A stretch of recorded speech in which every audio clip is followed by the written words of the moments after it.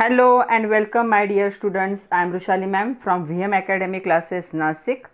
हम देख रहे हैं हमारे महाराष्ट्र स्टेट बोर्ड का सिलेबस फॉर 11th साइंस और 11th का केमिस्ट्री। स्टार्ट हुआ है chapter number 10 states of matter.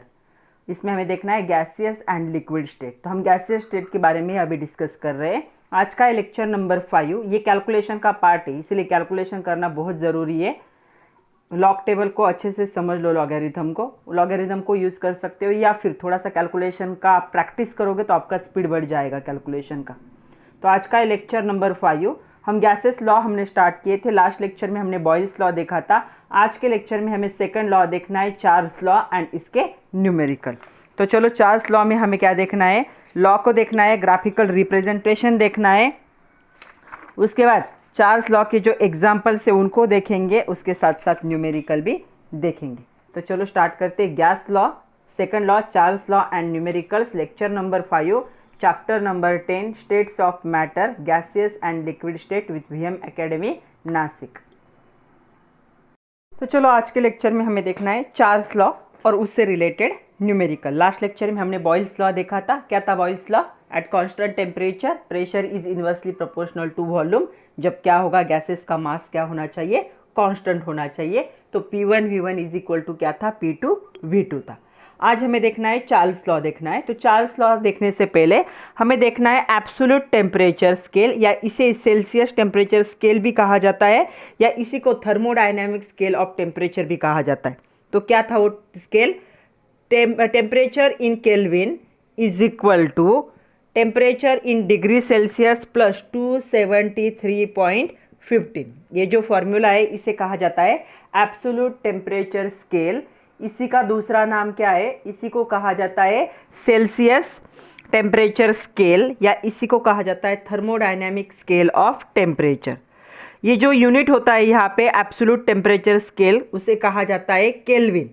तो यहाँ ये जो आंसर आएगा उसका यूनिट क्या होगा, केल्विन होगा, जिसे कैपिटल के से डिनोट किया जाता है by the honour of Lord Kelvin, who is the determine the accurate value of absolute zero. तो एब्सोल्यूट जीरो मतलब 0 डिग्री सेल्सियस टेम्परेचर की वैल्यू जो है -273.15 डिग्री सेल्सियस, 0 केल्विन की, सॉरी, ये जो वैल्यू है ये इन्होंने क्या की थी, फाइंड आउट की थी इन 1854। तो जो थे लॉर्ड केल्विन, उनके नाम पे ये नाम दिया गया है। इसका यूनिट क्या होगा, केल्विन होगा। इसे एब्सोल्यूट टेम्परेचर स्केल कह सकते हो, इसी को कह सकते हो सेल्सियस टेम्परेचर स्केल, इसी को थर्मोडायनेमिक स्केल ऑफ टेम्परेचर भी कहा जाता है। अभी आते हैं हमारे मेन पॉइंट की तरफ, चार्ल्स लॉ क्या है।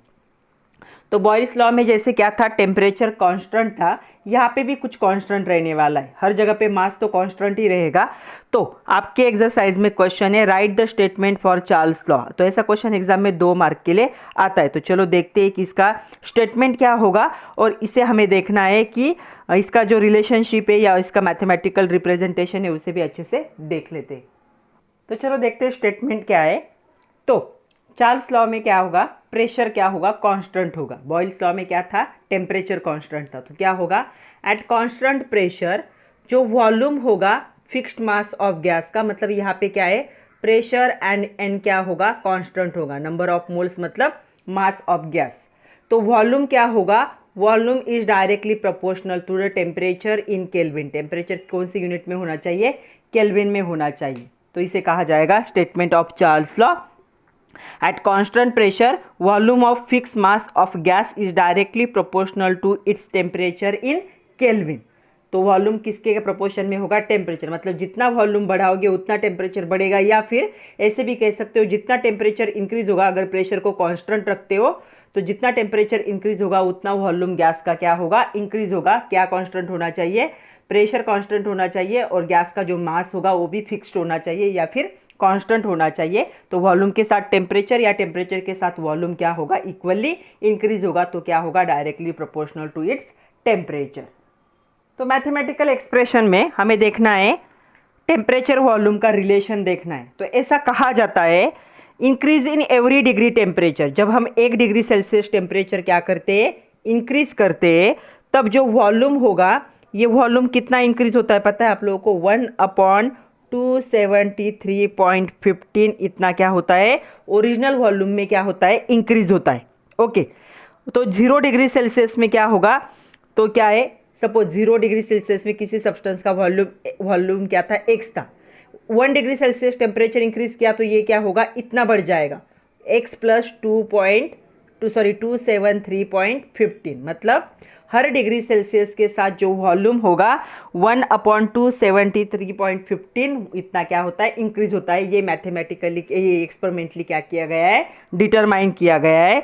इसीलिए जो एक्सप्रेशन होगा मैथमेटिकली एक ऐसे लिखा जाता है, volume at temperature T is equal to volume at the initial temperature plus T upon 273.15 V0। तो T क्या होगा, यहाँ पे जो टेम्परेचर है डिग्री सेल्सियस में इंक्रीज हो रहा है, तो यहाँ पे क्या होगा, VT क्या होता है और V0 दोनों भी, VT एंड V0 क्या होंगे, volume of given mass of gas eight T degree Celsius temperature and 0 degree Celsius. तो ये T डिग्री सेल्सियस टेम्परेचर का वॉल्यूम है, हमें नहीं पता है कितना इंक्रीज होने वाला है। जो टेम्परेचर इंक्रीज होगा वो T डिग्री सेल्सियस का टेम्परेचर, और ये V0 मतलब 0 डिग्री सेल्सियस का टेम्परेचर का वॉल्यूम होगा यहाँ पे। तो ये एक्सप्रेशन एक्सपेरिमेंट से डिटरमाइन किया गया है। तो ये क्या होगा, एक्सप्रेशन होगा मैथमेटिकली।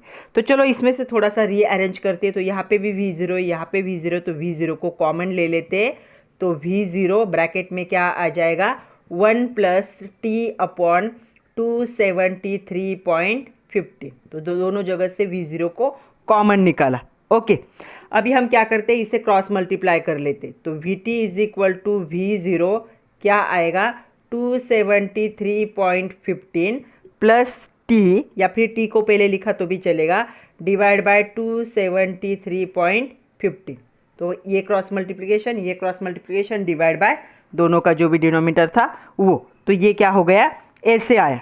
तो यहाँ पे अभी हमें क्या करना है, हमें ये जो है T प्लस 273.15 इसे हमें एज्यूम करना है एज अ T1, और जो होगा 273.15 जो है इसे हम एज्यूम करेंगे T0। ओके, एज्यूम करना है।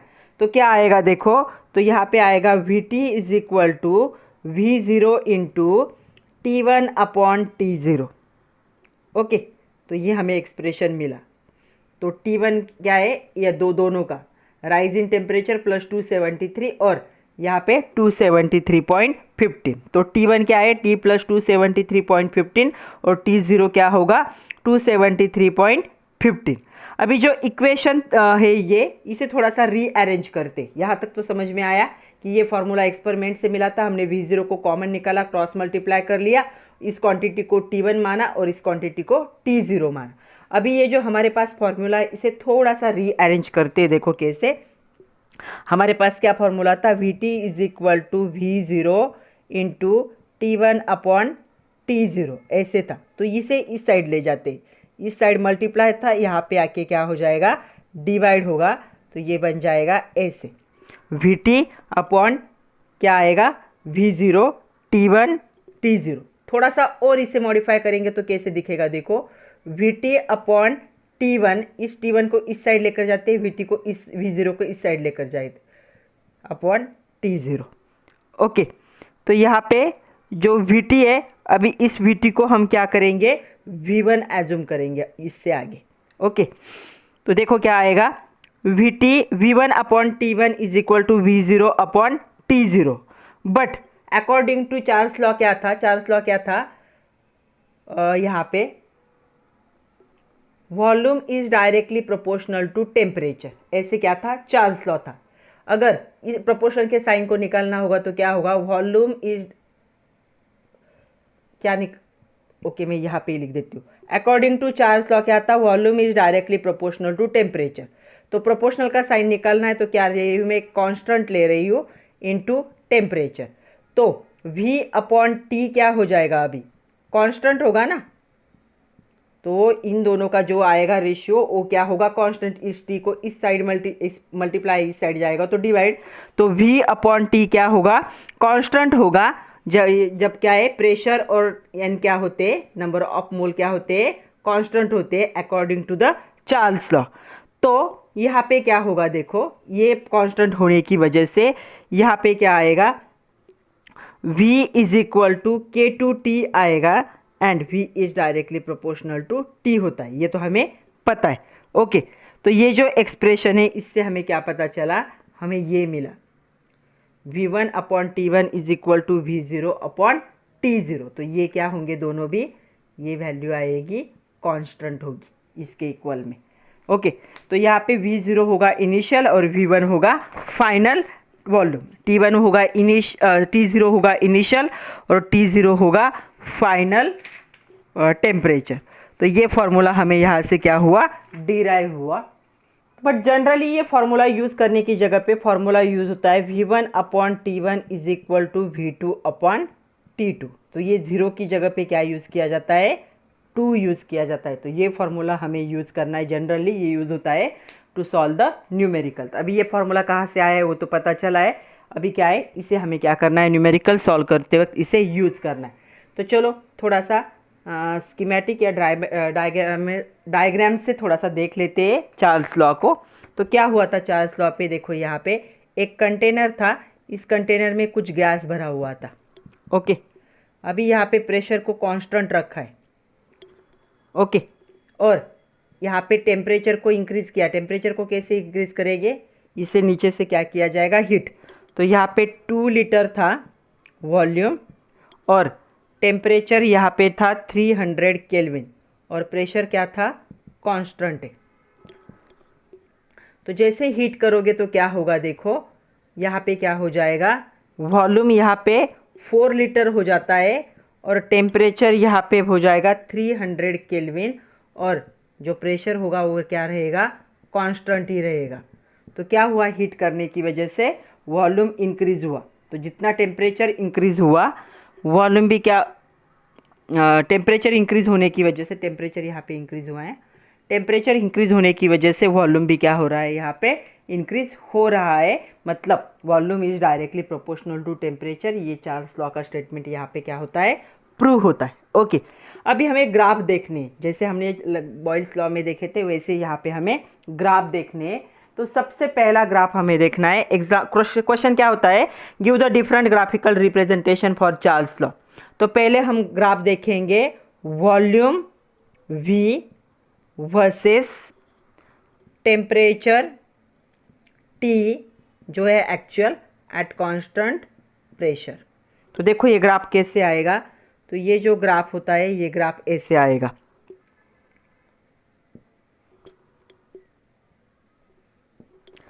तो ये होता है वॉल्यूम,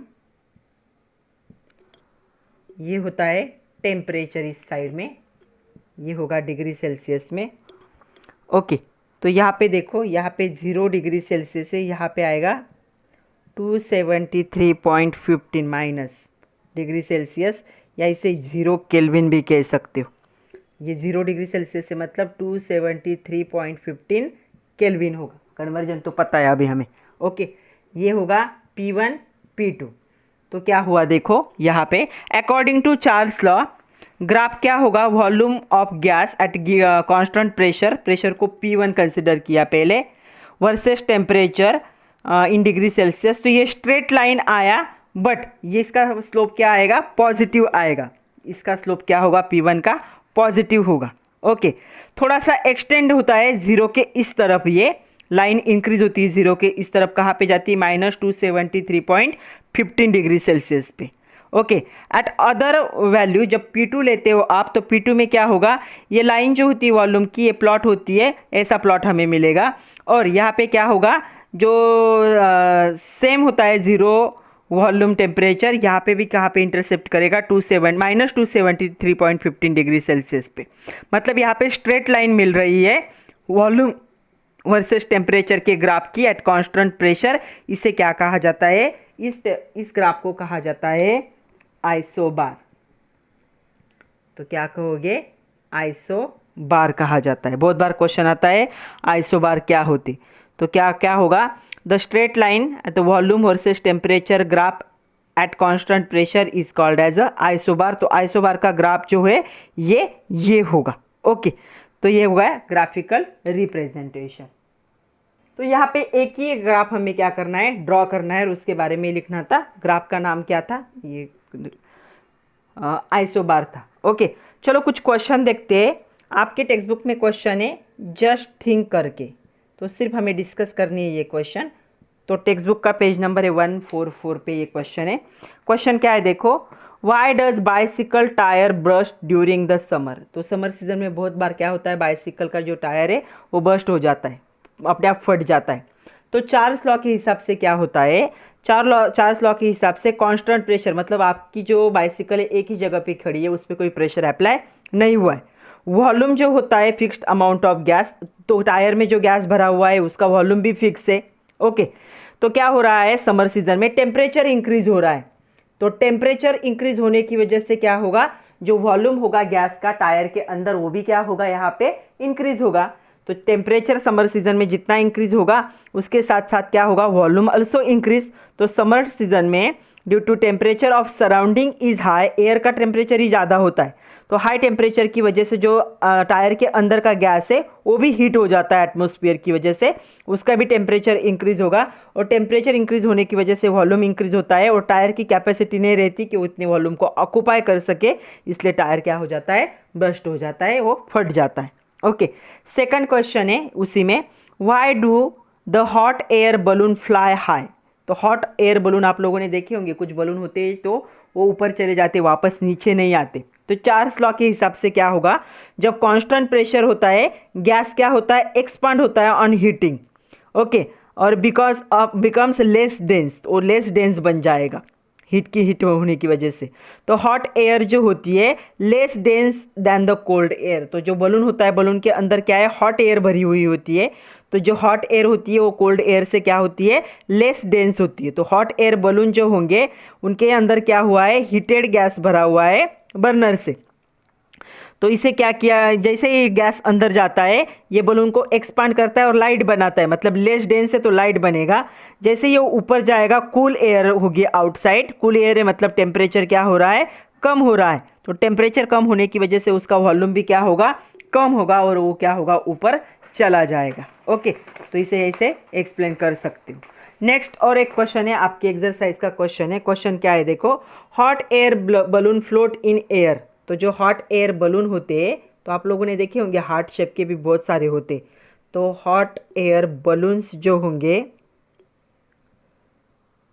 वो क्या होते, एयर में फ्लोट हो सकते, बहुत ऊपर तक जा सकते। Okay, because of low density, क्यों, लो डेंसिटी की वजह से of the inside the balloon. तो बलून जो है, तो बलून के अंदर क्या है, हॉट एयर है, और बाहर क्या है, कोल्ड एयर है। ओके, तो यहाँ पे लो डेंसिटी होती है बलून के अंदर, तो लो डेंसिटी की वजह से बलून क्या होता है, फ्लोट होता है। Explain this with the help of appropriate gas law. तो कौन सा गैस लॉ यहाँ पे एप्लीकेबल होता है, तो यहाँ पे होता है चार्ल्स लॉ। तो चार्ल्स लॉ यहाँ पे एप्लीकेबल होगा। अकॉर्डिंग टू चार्ल्स लॉ क्या होता है, एट कांस्टेंट प्रेशर, तो प्रेशर तो कांस्टेंट है, एट कांस्टेंट प्रेशर वॉल्यूम जो होगा फिक्स अमाउंट ऑफ गैस, अभी बलून के अंदर जो भरा हुआ गैस है वो तो क्या है, फिक्स्ड अमाउंट है। तो ये फिक्स्ड अमाउंट ऑफ गैस जो होता है ये डायरेक्टली प्रोपोर्शनल होगा टेम्परेचर के। तो जैसे जैसे ऊपर जाएंगे टेम्परेचर कम होता जाएगा। ओके, तो इसकी वजह से क्या होगा देखो, this means that the temperature increases the air inside balloon expand and occupy the more volume. अगर टेम्परेचर इंक्रीज होता है तो अंदर का जो वॉल्यूम है गैस का वो क्या करेगा, ज़्यादा जगह लेता जाएगा, बढ़ता जाएगा। तो hot air inside balloon is less dense, और लेस डेंस है, and surrounding air is cold air, and because of this hot air balloon क्या हो सकते हैं, यहाँ पे फ्लोट हो सकते हैं बहुत ज़्यादा क्या है, एयर में। ओके, तो ये सोलर बलून के बारे में आप लोगों ने सुना होगा। सोलर बलून जो होते हैं वो पावर्ड होते हैं बाय द सन। तो सोलर जो बलून जो होंगे उनमें हॉट एयर बलून जैसा ही होता है, यहाँ पे जो एनर्जी होती है लाइट होती है, और ये फ्लोट होते हैं एयर में। आप लोगों ने बहुत सारे मूवीज़ में भी देखा होगा। तो सोलर बलून को एक बार क्या करो, सर्च करो। और एक क्वेश्चन है जस्ट थिंक करके, आपके टेक्स्ट बुक का ही क्वेश्चन है, तो ये एग्जाम में नहीं आएगा लेकिन आप लोगों को पता होना चाहिए। पेज नंबर 145 पे, list out various real life example of Charles law. तो रियल लाइफ एग्जाम्पल कौन से है, तो सब लोगों को पता है, हीलियम बलून तो सब लोगों ने देखे, इसे हॉट एयर बलून भी कहा जाता है। ओके, तो ये एक एग्जाम्पल है। तो क्या होगा, it is filled with the helium balloon in warm और हॉट रूम, हॉट गैस इसके अंदर भरा हुआ होता है। ओके, तो ये क्या होता है, इसकी वजह से बलून क्या हो सकते हैं, फ्लोट हो सकते हैं एयर में। इसका एग्जाम्पल तो अभी देखा। दूसरा है दो, जो आपके डिओड्रेंट की जो बॉटल होती है, तो डिओड्रेंट की बॉटल भी इसी का एग्जाम्पल है। क्या होता है, जैसे ही बॉटल क्या होगी, सनलाइट में आप एक्सपोज करोगे हाई टेम्परेचर में, तो जो मोलिक्यूल होते हैं अंदर बॉटल के अंदर, वो क्या होते हैं, एक्सपांड होते हैं and Leeds into the burst. तो डिओड्रेंट की बॉटल को अगर हॉट एयर में रखोगे, हॉट टेम्परेचर में रखोगे सनलाइट में, तो वो बर्स्ट हो सकती है, क्योंकि अंदर की गैस का वॉल्यूम क्या हो जाता है, इंक्रीज हो जाता है। तीसरा एग्जाम्पल है बास्केटबॉल। बास्केटबॉल सब लोगों ने खेला होगा, बास्केटबॉल सब लोगों को पता है। तो बास्केटबॉल आप लोगों ने नोटिस किया होगा, ये क्या होता है, responsive bounce during the winter. तो विंटर सीजन में ये क्या है, बाउंस ज़्यादा होता है as compare to the summer season. Okay, तो ये भी क्या है, एक चार्ल्स लॉ का एग्जाम्पल है। तो इसके अंदर क्या होता है, बास्केटबॉल के अंदर एयर प्रेशर इस पर क्या होता है, फिक्स्ड होता है अंदर का, और टेम्परेचर जैसे कम होगा, विंटर सीजन में टेम्परेचर कम होता है, तो अंदर का वॉल्यूम जो होता है गैस का, वो क्या होगा, रिड्यूस हो जाएगा। तो इसलिए बॉल क्या ज़्यादा बाउंस कर सकता है, और समर में क्या होगा, एग्जैक्टली उल्टा होगा। तो ये क्या है, रियल लाइफ के कुछ एग्जाम्पल है चार्ल्स लॉ की। ओके, तो उसके बाद है refer and watch the Charles law experiment. तो आप लोग क्या करोगे, यूट्यूब पे चार्ल्स लॉ का भी एक्सपेरिमेंट देखोगे। जैसे मैंने बताया था लास्ट लेक्चर में, आपको बॉयल्स लॉ का एक्सपेरिमेंट देखना है यूट्यूब पे, तो वैसे चार्ल्स लॉ का भी कोई एक्सपेरिमेंट देख लो। आपके एक्सरसाइज का और एक क्वेश्चन है, match the pair of the following, ऐसे करके। तो देखो, बॉयल्स लॉ और चार्ल्स लॉ दिया है। तो बॉयल्स लॉ में क्या होता है, बॉयल्स लॉ में टेम्परेचर कांस्टेंट होता है। ओके, और जो चार्ल्स लॉ होता है, उस चार्ल्स लॉ में क्या होता है, प्रेशर कांस्टेंट होता है। तो आप लोग क्या करोगे, सारे लॉज होने के बाद एक चार्ट बनाओगे। चार्ट में क्या क्या आएगा, जो लॉ होगा उसका नाम, उसका शॉर्ट में स्टेटमेंट, कौन कांस्टेंट है, और फार्मूला। ऐसे लिखोगे तो आपका कन्फ्यूजन नहीं होगा, क्योंकि फार्मूला में बहुत ज़्यादा कन्फ्यूजन होती है, क्योंकि इस चैप्टर में बहुत सारे लॉज हमें देखने। तो क्या करोगे, सारा जब चैप्टर जब खत्म हो जाएगा, तो आप एक अच्छा सा चार्ट बनाओगे, तो आपको अच्छे से सारे क्या हो जाएंगे, डिस्टिंग्विश हो जाएंगे कौन कांस्टेंट है। तो कन्फ्यूजन नहीं होगा कि बॉयल्स लॉ में क्या कांस्टेंट है, चार्ल्स लॉ में क्या है, एवोगाड्रोस लॉ क्या होगा, गे-लुसैक्स लॉ क्या होगा। तो ये क्या करो, एक जगह पे समराइज करो। नेक्स्ट और एक क्वेश्चन है आपके एक्सरसाइज का, एक क्वेश्चन है, when gas is heated the particle move more quickly. तो गैस को जैसे हीट करते तो पार्टिकल क्या होते हैं, मूव होते। What is the change in volume on heating the gas and क्या the pressure is kept constant when pressure is kept constant. तो क्या होगा, यहाँ पे जो वॉल्यूम होता है, वॉल्यूम ऑफ गैस क्या होगा, इंक्रीज होगा। कब, जब आप क्या करते हो, ऑन हीटिंग, टेम्परेचर इंक्रीज करोगे। कैसे करोगे, हीट करके करोगे। If pressure kept constant, pressure अगर क्या होता है, कांस्टेंट होता है, तो यहाँ पे क्या होगा, volume of gas increase on the heating. तो इसी को क्या कहा जाता है, चार्ल्स लॉ कहा जाता है। तो इसका एक ही स्टेटमेंट में आंसर आएगा। ओके, तो जितने क्वेश्चन थे सारा मैंने ले लिया है। अभी हमें देखने हैं न्यूमेरिकल। तो न्यूमेरिकल के लिए हमारे पास कौन सा फार्मूला है, तो कल हमने देखा था P1 V1 is equal to P2 V2। आज हमें फॉर्मूला कौन सा देखना है, आज हमारा फॉर्मूला होगा यहाँ पे V1 upon T1 is equal to V2 upon T2। Okay, तो मैं यहाँ पे लिख दूंगी, हर बार नहीं लिखूंगी कौन इनिशियल होगा और कौन फाइनल होगा। तो देखो यहाँ पे क्या होगा, T1 जो होगा ये क्या होगा, इनिशियल टेम्परेचर। V1 क्या होगा यहाँ पे, इनिशियल वॉल्यूम। V2 क्या होगा यहाँ पे, फाइनल वॉल्यूम। और T2 क्या होगा यहाँ पे, फाइनल टेम्परेचर। तो ऐसा ये फॉर्मूला है, इसे कहा जाता है चार्ल्स लॉ। कब, कांस्टेंट प्रेशर, और मास भी क्या होना चाहिए, कांस्टेंट होना चाहिए। तो चलो न्यूमेरिकल्स को देखते हैं अभी। तो चलो न्यूमेरिकल देखते हैं। पहला न्यूमेरिकल देखो क्या है, एट 300 केल्विन, टेम्परेचर कितना है, 300 kelvin, certain mass of gas occupies. तो गैस कितना ऑक्यूपाई करता है, 1.1 इंटू 10⁻⁴ dm3 इतना वॉल्यूम क्या करता है, ऑक्यूपाई करता है। हमें क्या करना है, कैलकुलेट करना है वॉल्यूम को जब टेम्परेचर क्या होगा 450 केल्विन होगा और प्रेशर क्या है कांस्टेंट। तो हमें क्या क्या देखना है, गिवन में हमारा होगा T1, उसके बाद होगा V1, T2 एंड V2। तो ये 4 क्वांटिटीज़ हमें क्या करनी है देखनी। तो यहाँ पे देखो T1 कितना दिया है यहाँ पे 300 केल्विन, V1 कितना दिया है 1 × 10⁻⁻⁴, ओके। T2 कितना दिया है 450 केल्विन और V2 हमें क्या करना है वॉल्यूम को फाइंड आउट करना है। तो क्या है हमारा चार्ल्स लॉ का स्टेटमेंट, हमारा है T1 अपॉन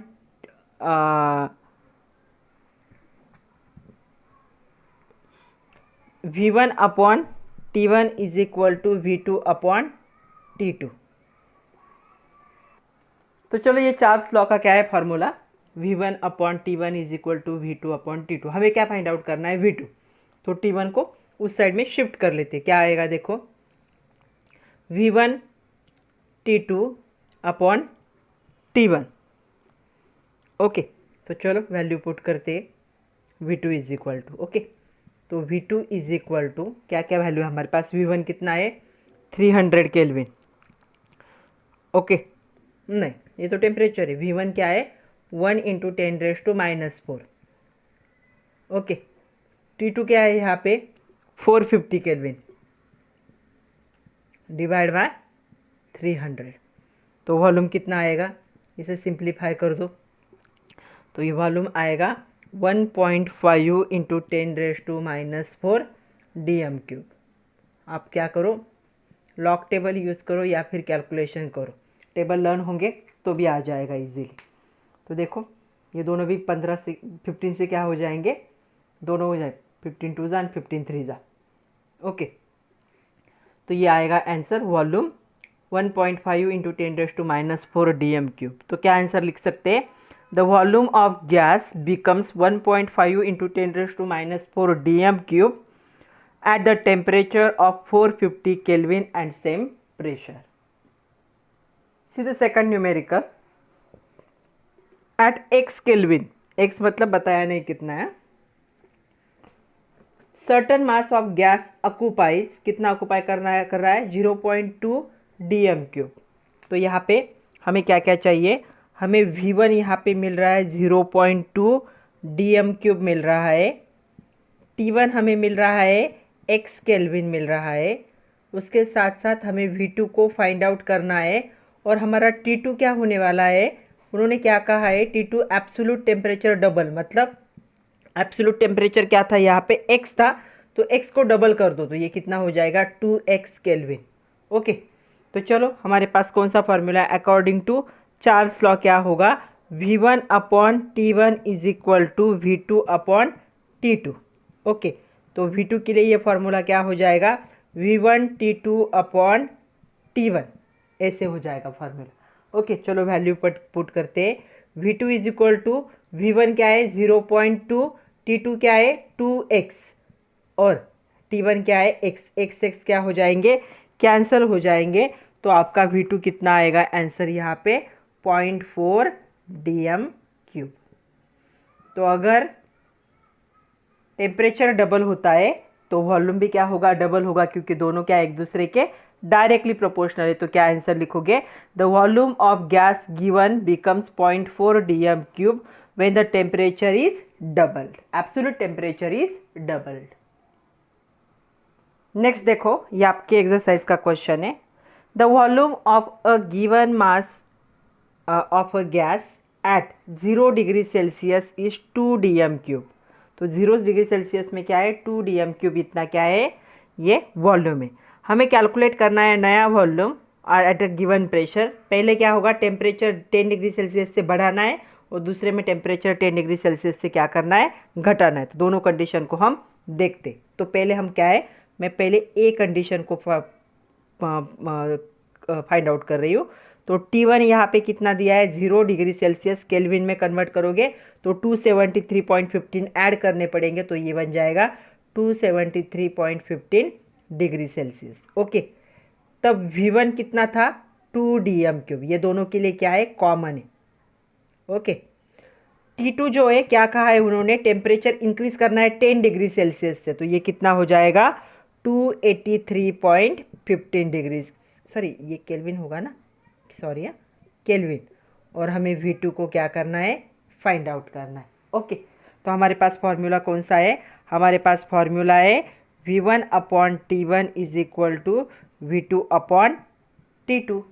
ओके, तो क्या हो जाएगा, V2 के लिए फॉर्मूला क्या होगा, V1T2/T1। चलो वैल्यू पुट करो, कौन से वैल्यू है, 273.15, नहीं V1 है ना, 2 इंटू 283.15 अपॉन 273.15। ओके, इसे सिंप्लीफाई करना पड़ेगा, तो इसे क्या करो, आप सिंप्लीफाई करो, लॉग टेबल यूज़ करो थोड़ा सा। ओके, इसे मल्टीप्लाई कर लो और दोनों को क्या करो, या फिर आप लोग टेबल यूज़ करके भी कर सकते हो। तो ये आएगा 2.073 DM³। तो क्या होगा, जब आप क्या करते हो, टेम्परेचर को 10 डिग्री सेल्सियस से इंक्रीज करते हो, तब न्यू वॉल्यूम कितना होगा, 2.073 DM³ इतना होगा। ये पहली कंडीशन थी। ओके, दूसरी कंडीशन में रेड पेन से लिख रही हूँ। तो दूसरे कंडीशन में क्या था, यहाँ पे 10 डिग्री सेल्सियस से घटाना था, तो 273 से 10 कम हो जाएगा, तो कितना होगा जाएगा, 263.15। ओके, और वॉल्यूम को निकालना है। ओके, फॉर्मूला सेम रहेगा, सिर्फ यहाँ पे क्या आएगा, 263.15। सेकंड कंडीशन देख रहे हैं हम, बी कंडीशन।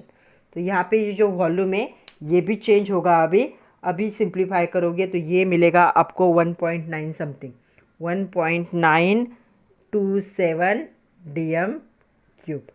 तो ये होगा, तो क्या होगा, a new volume when temperature decrease by 10 degree Celsius is 1.927 DM³ इतना होगा। तो ऐसा क्वेश्चन कभी कभी एग्जाम में 4 मार्क के लिए आता है। नेक्स्ट न्यूमेरिकल देखो, फोर्थ वाला, ये भी आपके एक्सरसाइज का एक क्वेश्चन है। A hot air balloon has a volume of 2800 मीटर³। इतना वॉल्यूम है, जब टेम्परेचर क्या होगा, 99 डिग्री सेल्सियस। हमें वॉल्यूम को निकालना है जब एयर कूल होगी कितने में, 80 डिग्री सेल्सियस में। तो चलो हमारे पास क्या क्या है, V1 उन्होंने दिया है कितना है, 2800 मीटर³। T1 इनिशियल टेम्परेचर कितना है, 99 डिग्री सेल्सियस है, तो इसे 273.15 को ऐड करोगे तो ये केल्विन में चला जाएगा, तो आएगा 372.15 केल्विन। तो केल्विन में चाहिए टेम्परेचर, तो हमेशा टेम्परेचर केल्विन, क्योंकि लॉ में मेंशन किया है कि टेम्परेचर केल्विन में चाहिए। ओके, V2 को हमें फाइंड आउट करना है, और T2 कितना होगा, 80 दिया है उन्होंने, 80 + 273.15, तो ये बन जाएगा कितना होगा, 353.15 आएगा शायद। ओके, तो चलो हमारे पास फॉर्मूला भी है, कौन सा है, अकॉर्डिंग टू चार्ल्स लॉ क्या होगा, V1/T1 is equal to V2/T2। हमें V2 फाइंड आउट करना है, तो फॉर्मूला को थोड़ा सा रीराइट कर लो, क्या आएगा यहाँ पे, V1T2/T1। तो चलो V2 के लिए सारे वैल्यूज पुट करो, 2800 इंटू 353.15 डिवाइड बाय 372.15। इसे सिंप्लीफाई करो, ये आपको मिलेगा 2657 मीटर³। तो वॉल्यूम जो होगा कितना आएगा, 2657 मीटर³ इतना क्या होगा इसका वॉल्यूम। तो क्या आएगा answer, the volume of balloon when the air cool to 80 degree Celsius is 2657 metre. Next देखो, the volume of a given mass of a gas at 0 degree Celsius is 0.2 DM³। Calculate its volume at 100 degree Celsius if pressure remains constant. Again volume को हमें क्या करना है, calculate करना है। तो चलो जो दिया है वो लिखते हैं। यहाँ पे V1 दिया है उन्होंने 0.2 DM³ इतना दिया है। ओके, T1 कितना दिया है यहाँ पे, 0 डिग्री सेल्सियस मतलब 273.15 केल्विन। ओके, V2 को हमें क्या करना है, फाइंड आउट करना है। T2 कितना दिया है उन्होंने, 100 डिग्री सेल्सियस के साथ 273.15 को ऐड करोगे तो ये आएगा 373.5 केल्विन इतना होगा। अकॉर्डिंग टू चार्ल्स लॉ क्या होगा, V1/T1 is equal to V2/T2। T2, हमें V2 फाइंड आउट करना है। So V2 is equal to V1 T2 upon T1। तो ये हमेशा की तरह कन्वर्जन हमने कर लिया। तो V2 के लिए चलो वैल्यू पुट करो, 0.2 इंटू 273.15 डिवाइड बाय 273.15। तो आई होप आप लोग इसे कैलकुलेट करके आंसर निकाल सकते हो। ओके, तो इसे अगर सिंप्लीफाई करोगे तो आपको आंसर मिलेगा 0.273 DM क्यूब। इतना क्या होगा, वॉल्यूम होगा उस गैस का। तो हम लिख सकते हैं the volume of gas eight 100 degree Celsius is 0.273 DM cube. ऐसा न्यूमेरिकल एग्जाम में 2 या 3 मार्क के लिए आ सकता है। Last numerical, at 0 degree Celsius a gas occupies 22.4 litre, how much hot must be the gas in Celsius and kelvin दोनों में भी चाहिए, रीच द वॉल्यूम 25 लीटर। तो देखो V1 दिया है उन्होंने 22.4 लीटर, तब टेम्परेचर कितना था 0, तो उसे क्या है डिग्री सेल्सियस से केल्विन में कन्वर्ट कर लिया। ओके, V2 वॉल्यूम उन्होंने दिया है 25 लीटर। T2 हमें क्या करना है, दोनों इसमें निकालना है, हमें डिग्री सेल्सियस में भी निकालना है और केल्विन में भी लिखना है। तो फॉर्मूला क्या होगा, अकॉर्डिंग टू चार्ल्स लॉ क्या आएगा यहाँ पे, V1 upon T1 is equal to V2 upon T2। Okay, pressure और एन क्या होता है, कांस्टेंट। तो T2 के लिए फॉर्मूला हमने थोड़ा सा क्या कर लिया, रीराइट कर लिया, ये आएगा V2 T1 अपॉन V1। तो चलो T2 के लिए वैल्यू पुट करते हैं। तो V2 क्या है हमारे पास 25 है, T1 कितना है हमारा 273.15 है, और ये कितना है V1 22.4। तो हमारा T2 हमें मिलेगा 304.85 केल्विन। तो केल्विन में मिला, अभी हमें डिग्री सेल्सियस में इसे कन्वर्ट करना है। तो इससे मैं लिख रही हूँ, ये होगा इक्विवेलेंट, लिख रही हूँ इक्विवेलेंट टू 304.9 केल्विन। ओके, तो इसी ये हो गया इसमें। तो डिग्री सेल्सियस में कन्वर्ट करना पड़ेगा। तो डिग्री सेल्सियस के लिए हम कैसे लिख सकते हैं, तो डिग्री सेल्सियस के लिए क्या होगा, जाएगा 304.85 माइनस 273.15। तो इतना माइनस कर दोगे तो ये केल्विन में आ जाएगा डिग्री सेल्सियस में 31.7 डिग्री सेल्सियस। तो क्या होगा, हम लिख सकते हैं the temperature of the gas must be 31.7 degree Celsius और 304.85 केल्विन। तो ऐसे इस न्यूमेरिकल को क्या कर सकते हो, सॉल्व कर सकते हो। तो आज के लिए इतना ही था बच्चों। आज हमने चार्ल्स लॉ और उसके न्यूमेरिकल को अच्छे से देख लिया है। आप लोग ये न्यूमेरिकल एक बार अपनी नोटबुक में अच्छे से लिख लो, सारे क्या कर लो, सबके अच्छे से आंसर भी लिख लो। ओके, तो थोड़ी सी प्रैक्टिस करना ज़रूरी है कैलकुलेशन की। नेक्स्ट लेक्चर में हम गेल-लुसाक्स लॉ, एवोगाड्रोस लॉ, दोनों लॉ को देखेंगे और उनसे रिलेटेड न्यूमेरिकल को भी देखेंगे। तो पढ़ते रहिए, खुद का ख्याल रखिए। सबसे इंपॉर्टेंट बात, नोट्स बनाइए, कैलकुलेशन की प्रैक्टिस करना ज़रूरी है। इसका थोड़ा सा होमवर्क है, मैं आप लोगों को लास्ट में एक ऐड कर देती हूँ, इसका एक फ़ोटो होमवर्क का। होमवर्क भी करना ज़रूरी है। So thank you very much my dear students.